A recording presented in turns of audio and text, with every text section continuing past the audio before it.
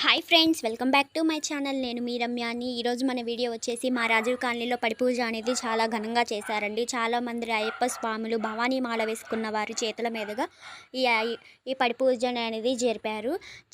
ఈ పడి పూజను చూస్తే ఎంతో పుణ్యం అనేది లభిస్తుంది. చూడని వారి కోసం చూస్తారనే ఉద్దేశంతో ఆ అయ్యప్ప స్వామి కనకదుర్గమ్మల అనుగ్రహం మీకు కూడా కలగాలని మనస్ఫూర్తిగా కోరుకుంటూ ఈ వీడియోని షేర్ చేస్తున్నాను. వీడియో ఎక్కడా స్కిప్ చేయకుండా చూడండి.